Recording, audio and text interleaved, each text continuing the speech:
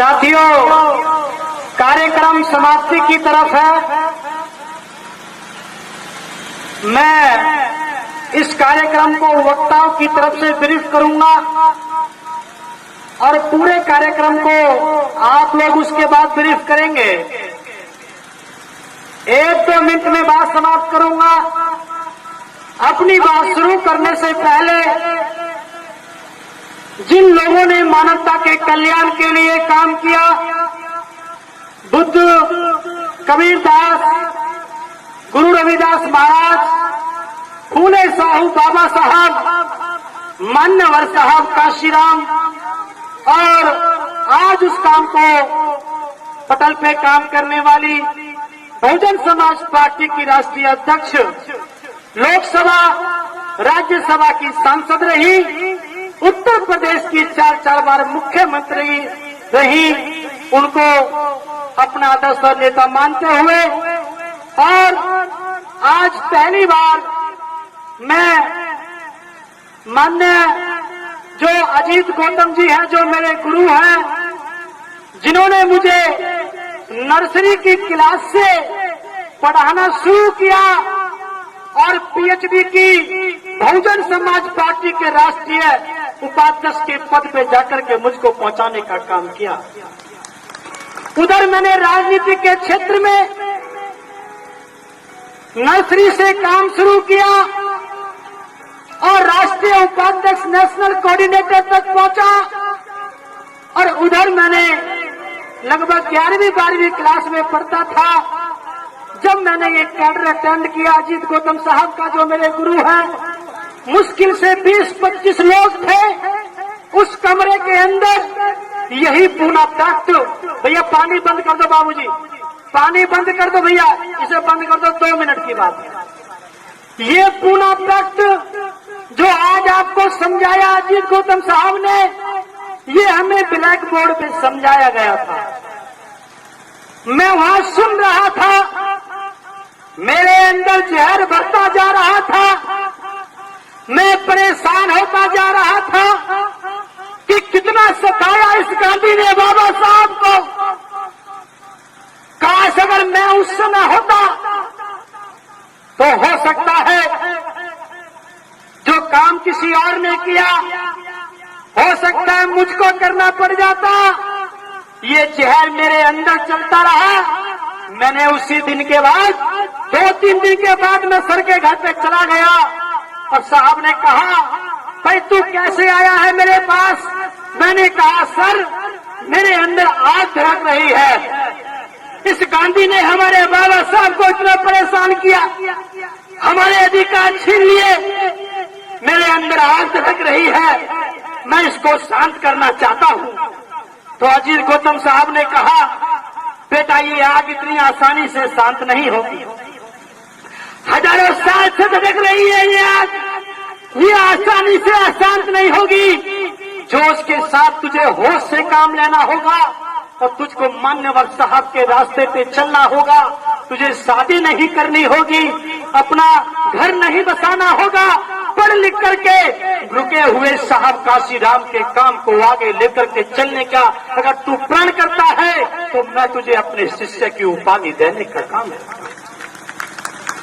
मैंने कहा, साहब तुमने कितने लोगों को समझाया होगा, तुमने कितनों को विधायक बनाया, कितनों को सांसद बनाया, कितने को प्रभारी बनाया, लेकिन मैं तुमको वचन देता हूँ मान्यवर साहब के रास्ते पे आखिरी दम तक चलूंगा, आपकी जिंदगी में कभी बेइज्जती होने नहीं दूंगा। और जो काम यहाँ रुका है बहन मायावती जी के नेतृत्व में, आपके नेतृत्व में ये काम करता हुआ मैं आगे चलूंगा। उसी के बाद साहब काशीराम का उस समय ब्रेन स्ट्रोक हुआ मिला था। उस समय जब मैंने कैडर अटेंड किया, मैंने साहब को छोटे से बचपन में सुना था। हमारे क्षेत्र के गुर्जर समाज के लोग, जैसे तुम्हारी तरफ जाट होते हैं, हमारी तरफ गुर्जर होते हैं, वो उनको नेता मानते थे। पहले गुर्जर को, जाट को, लोधी को, कुमार को ये कांग्रेस भाजपा के लोग अपना प्रयोग करते थे वोट के रूप में। लेकिन मान्यवर साहब काशीराम जी ने उनको राजनीति करने का सिखाने का काम किया। तो वो बुलाया करते थे, हम छोटे छोटे से बस पे लटक करके जाते थे पीछे उसकी सीढ़ी पर। तब कभी हमने देखा, हमारी इच्छा थी कि कभी अंतिम दर्शन हो, लेकिन कुदरत का ये मेहर रही, साहब का ये आशीर्वाद रहा। उन्होंने साहब काशीराम जी के परिनिर्वाण दिवस के दिन भी रात को मुझे सुबह लेकर के गए। तो उसके बाद अंतिम संस्कार माननीय बहन जी ने किया। तो उसके बाद जो राख थी, जो अस्थियां थी, उनका केयर टेकर बनाने का काम साहब जी ने, इनको बहन जी ने किया था। इन्होंने मुझको किया था अपनी पावर डेलीगेट करके। और मैंने सम्मानित साथियों ये कसम खाई कि साहब आपने हमको सीएम दिया है, इस देश का प्रधानमंत्री बना करके देने की जिम्मेदारी ये आपके बच्चे अपने कंधे पे लेकर के जाएंगे। साथियों, बात रही पूरा पैक्ट की, सारी बातें आपको सामने बताई, बात बिल्कुल जायज है। गवर्नमेंट इंडिया एक्ट 1909 1909 में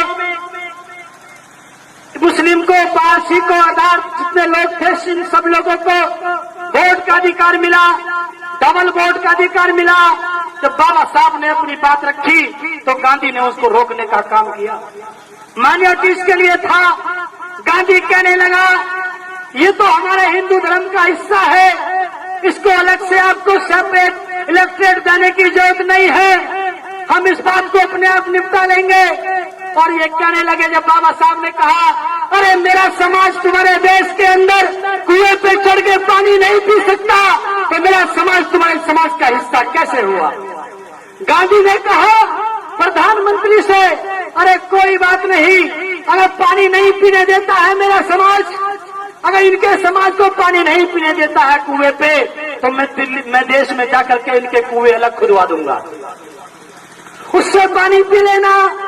बाबा साहब ने कहा नहीं, हमारा उद्देश्य पानी पीना नहीं है, हमारा उद्देश्य प्यास बुझाना नहीं है, हमारा उद्देश्य मान सम्मान की जिंदगी है।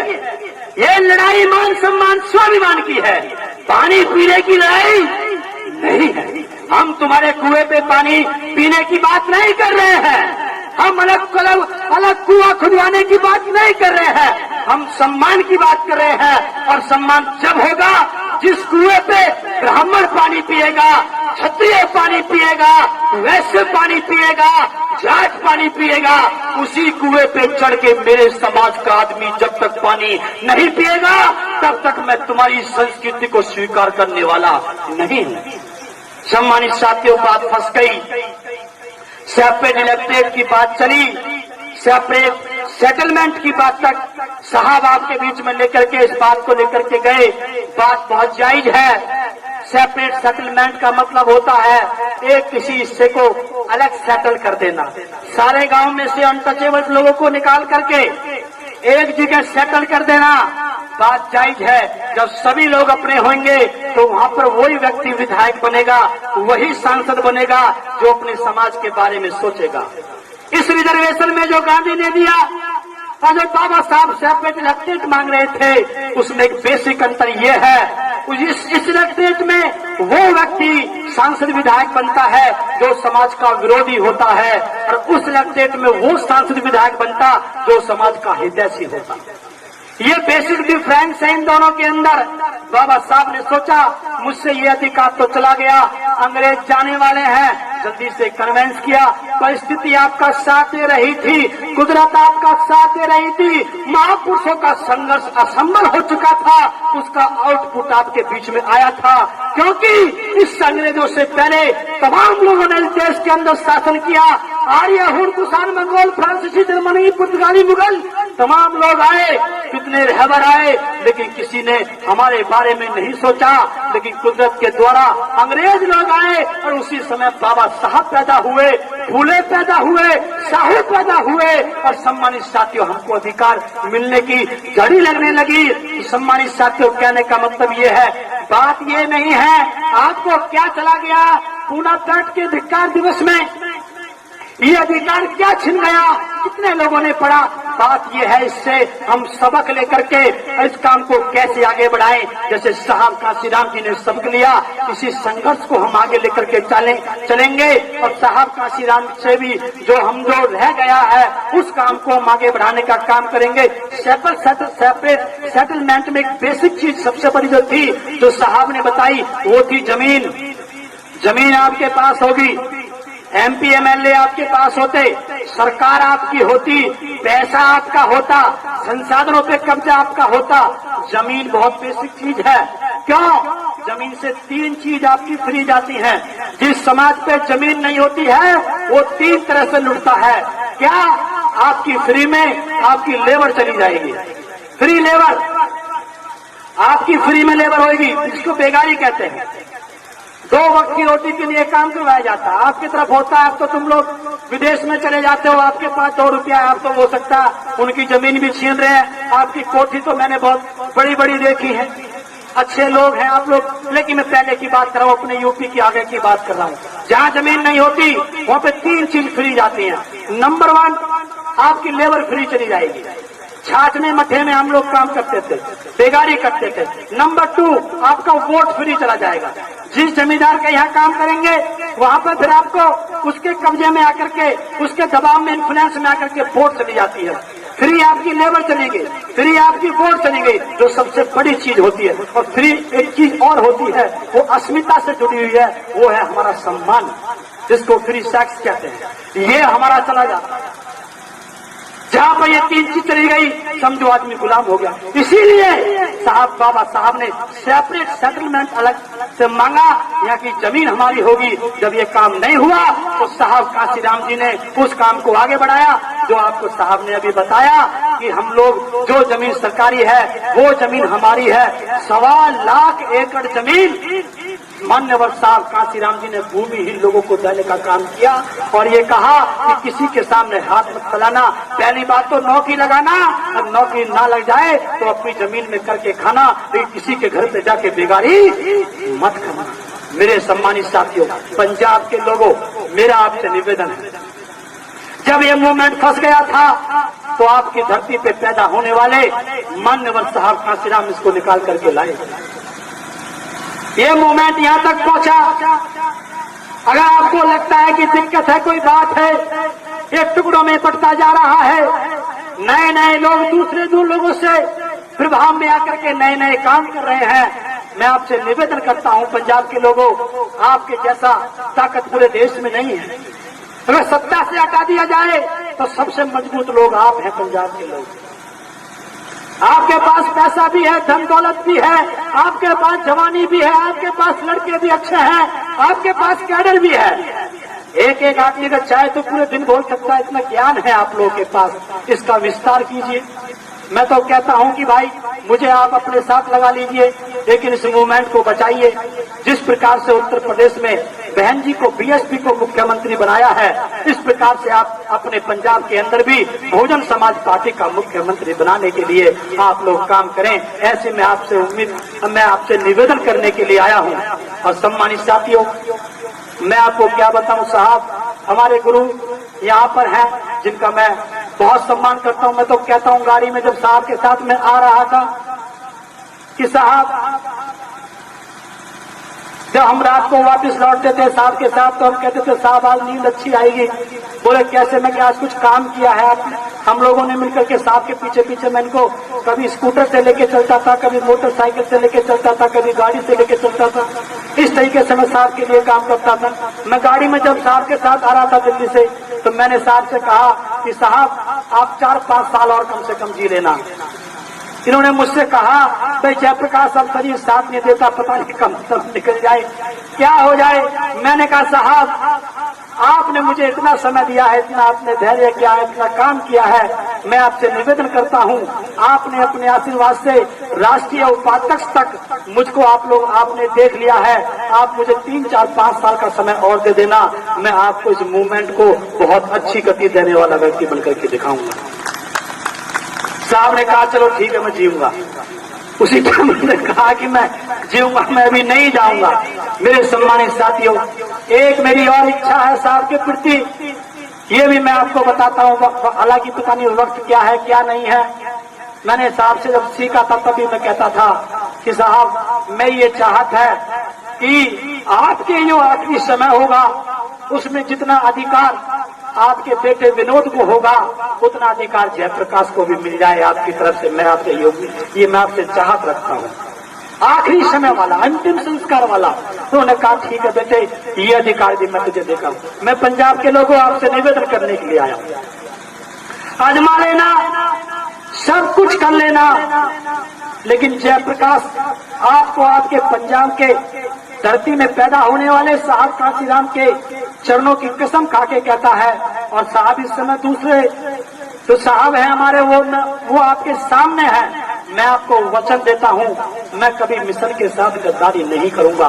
ये मैं आपको वचन देकर के जाता हूँ पंजाब के। मुझे पता है यहीं से पूरी राजनीति चलती है, ये दिल्ली का कोंडली है, यहीं से राजनीति चलती है, यहीं से पंजाब चलता है, यहीं से पूरी दुनिया की पॉलिटिक्स चलती है बीएसपी की। मैं अच्छी तरह से जानता हूँ। मैं आपसे निवेदन करता हूँ, आजमाओ और आजमाओ, ठोक बजा करके चेक करो, तुमको जयप्रकाश सोना मिल करके दिखाई देगा, सोना, खरा सोना मिलेगा। मेरा आपसे निवेदन करता हूँ, आओ मिल करके इस मिशन को बचाने का काम करो, इस मूवमेंट को बचाने का काम करो। और 2027 में उत्तर प्रदेश की तरफ हम लोग काम करते हैं, इधर आप लोग काम करो और बहुजन समाज पार्टी की सरकार बनाने के पक्ष में हम लोग काम करें, तब ये सपना पूरा होगा। बाकी बातें होती रहेंगी। आप सभी साथियों ने हमारी बात को सुना और मैं तो चौहान साहब से मेरा 3-4 साल से लगातार आना जाना है। जब मैं साहब कांशीराम जहाँ पर पैदा हुए थे वहाँ जब मैं वहाँ गया था तो मेरी पहली मुलाकात हुई थी। तब उसके बाद में मैंने देखा कि इतने पॉजिटिव सोच का व्यक्ति मैंने नहीं देखा। कभी कभी मेरे अंदर भी नेगेटिविटी आ जाती है तो हम लोग बात कर लेते हैं। तो पॉजिटिव थॉट जो है वो इनके पास बहुत ज्यादा है, हमेशा पॉजिटिव बोलते हैं। होगा, क्यों नहीं होगा, होगा, ये काम भी होगा, कुछ भी बोल दो होगा, इतनी पॉजिटिव। और उनके साथ में जो उनके पिलर के रूप में खड़े हुए हैं, जो उनके साथी लोग हैं, चाहे वो कौल साहब हो, बदन साहब हो, भाई साहब हो, सभी लोग हैं, इन सभी का ये उनकी टीम है, आप लोग हैं, आप सभी का बहुत बहुत धन्यवाद करते हुए। और आजाद साहब को तो मैं छोटेपन से सुनता था, हमारे यूपी में बड़ा इनका डंका बजता है, इंजीनियर SS आजाद, तनु सच्चू देवी कहती है, तने जिंदा देवी कहती है, ये सब गाने इनके उधर चलते हैं। तो हम कभी चाहते थे कि भाई हम कभी उनके साथ में मिलेंगे, लेकिन आज पहली बार ऐसा मौका हुआ। साथियों, ये लोग चाहते इनकी आवाज देखिए। मैं तो बहुत लोगों को सुनता हूँ, इन लोगों की आवाज देखिए। ये चाहे तो किसी भी और जो इनके अलग इंस्टीट्यूट होते हैं उसमें चाहे तो जाकर के करोड़ों रुपया कमा सकते हैं। इनकी आवाज देखिए, ये किस तरह से अपनी आवाज को लहराते हैं। और भी हैं आपके यहाँ पे लोग, लेकिन उसके बावजूद भी इन्होंने संघर्ष का रास्ता चुना और ये कहा कि मेरी आखिरी सांस बाबा साहब के, फूले के, साहू के, गुरु रविदास महाराज के और मान्यवर साहब कांशीराम के संघर्ष में बीतेगी। तो इसके लिए भी मैं उनको नमन करता हूँ, पूरी टीम को सभी का धन्यवाद करता हूँ। और इससे सबक लेकर के, हालांकि साहब कांशीराम जी ने हमको रास्ता दे दिया है। जब देखा सेपरेट इलेक्टेड में हमको बेनिफिट्स नहीं मिले, सेपरेट सेटलमेंट में हमको बेनिफिट्स नहीं मिले, तो उन्होंने बहुजन समाज पार्टी बनाई, अपनी मूवमेंट खड़ा किया। और वहाँ से कम जब उत्तर प्रदेश में हम लोग शासन किया करते थे तो वहाँ पर लगभग 80% रिजर्व सीटों को, विधानसभा की 80% रिजर्व सीटों को मान्यवर साहब कांशीराम जी ने जीतने का काम किया। और ये कहा कि मैंने सेपरेट इलेक्ट्रेट और सेपरेट सेटलमेंट का उद्देश्य थोड़ा सा पूरा किया है। तो सम्मानित साथियों, घबराए नहीं, बात आगे चलेगी। आपका बहुत बहुत धन्यवाद, सफल कार्यक्रम के लिए आपका बहुत बहुत धन्यवाद। हमारा कार्यक्रम एक दूसरा भी था, उसमें हमारे साहब अटेंड करके आए हैं, सेंटर की तरफ से आप उसको अटेंड करके आए हैं। ये भी आपका प्रोग्राम बहुत अच्छा रहा। मुझे उम्मीद है कि आप लोगों को भी अच्छा लगेगा और इसी से हम लोग सबक लेकर के इस काम को आगे बढ़ाएंगे और असली सपूत मान्यवर साहब कांशीराम जी के जब कहलाएंगे, जब इस मूवमेंट को हम इस देश की दिल्ली की कुर्सी पे जाकर के बिठाने का काम करेंगे। आप लोगों ने मेरी बात को ध्यान से सुना।